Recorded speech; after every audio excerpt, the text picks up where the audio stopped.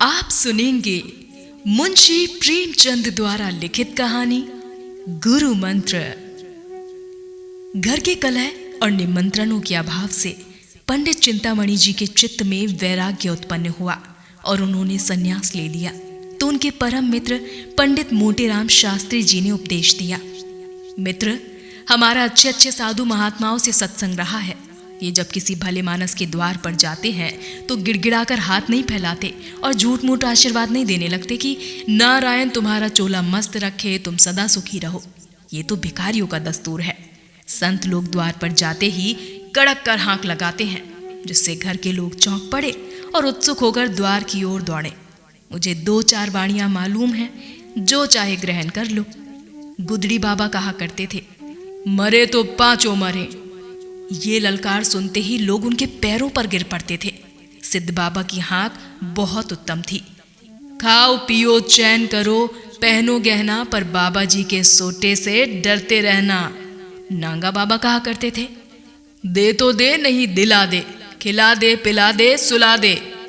ये समझ लो कि तुम्हारा आदर सत्कार बहुत कुछ तुम्हारी हाँक के ऊपर है।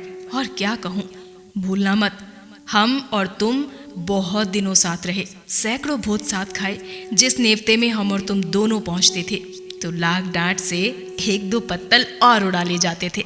तुम्हारे बिना अब मेरा रंग ना जमेगा। ईश्वर तुम्हें सदा सुगंधित वस्तु दिखाए। चिंतामणि को इन वाणियों में एक भी पसंद न आई। बोले, मेरे लिए कोई वाणी सोचो। मोटेराम, अच्छा, ये वाणी कैसी है कि ना दोगे तो हम चढ़ बैठेंगे। चिंतामणि, हाँ, ये मुझे पसंद है। तुम्हारी आज्ञा हो तो इसमें काट छांट करूं। मोटेराम, हाँ हाँ करो।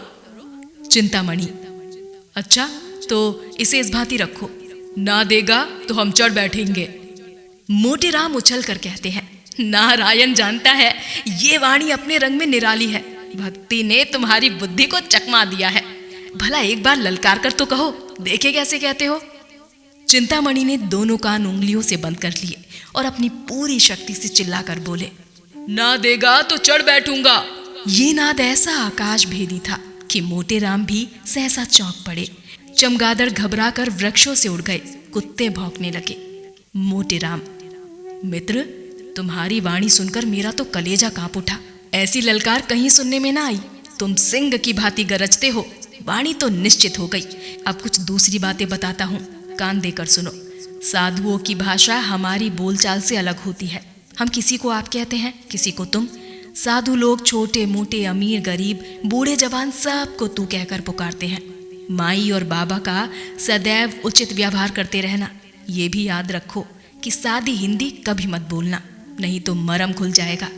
टेढ़ी हिंदी बोलना, ये कहना कि माई तुमको कुछ खिला दे, साधु जनों की भाषा में ठीक नहीं।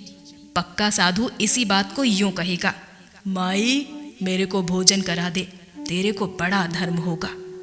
चिंतामणि, मित्र, हम तेरे को कहाँ तक जसगावें, तेरे ने मेरे साथ बड़ा उपकार किया है। यूं उपदेश देकर मोटेराम विदा हुए। चिंतामणि आगे बढ़े तो क्या देखते हैं कि एक गांजे भांग की दुकान के सामने कई जटाधारी महात्मा बैठे हुए गांजे के दम लगा रहे हैं। चिंतामणि को देखकर एक महात्मा ने अपनी जयकार सुनाई, चल चल, जल्दी लेके चल, नहीं तो अभी करता हूं बेकल। एक दूसरे साधु ने कड़क कर कहा, धम, आए पहुंचे हम, अब क्या है गम।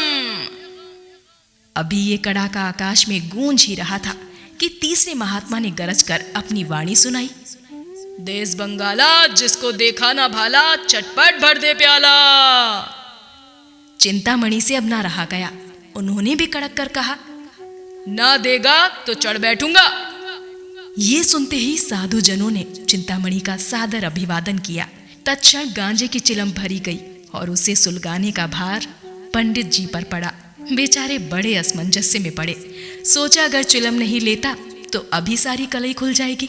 विवश होकर चिलम ले ली, परंतु जिसने कभी गांजा ना पिया हो वो बहुत चेष्टा करने पर भी दम नहीं लगा सकता।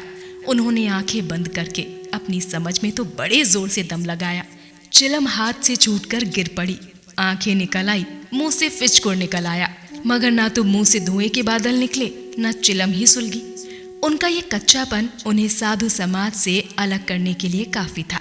2-3 साधु झल्लाकर आगे बढ़े और बड़ी निर्दयता से उनका हाथ पकड़कर उठा दिया।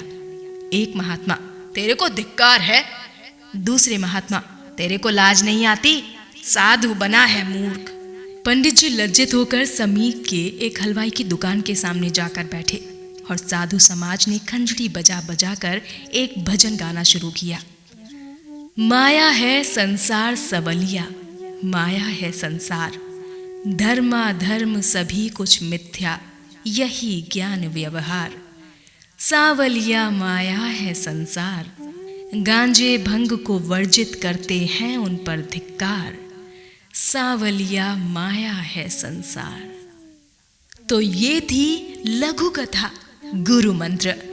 आपको ये कहानी कैसी लगी हमें कमेंट सेक्शन में लिखकर जरूर बताएं।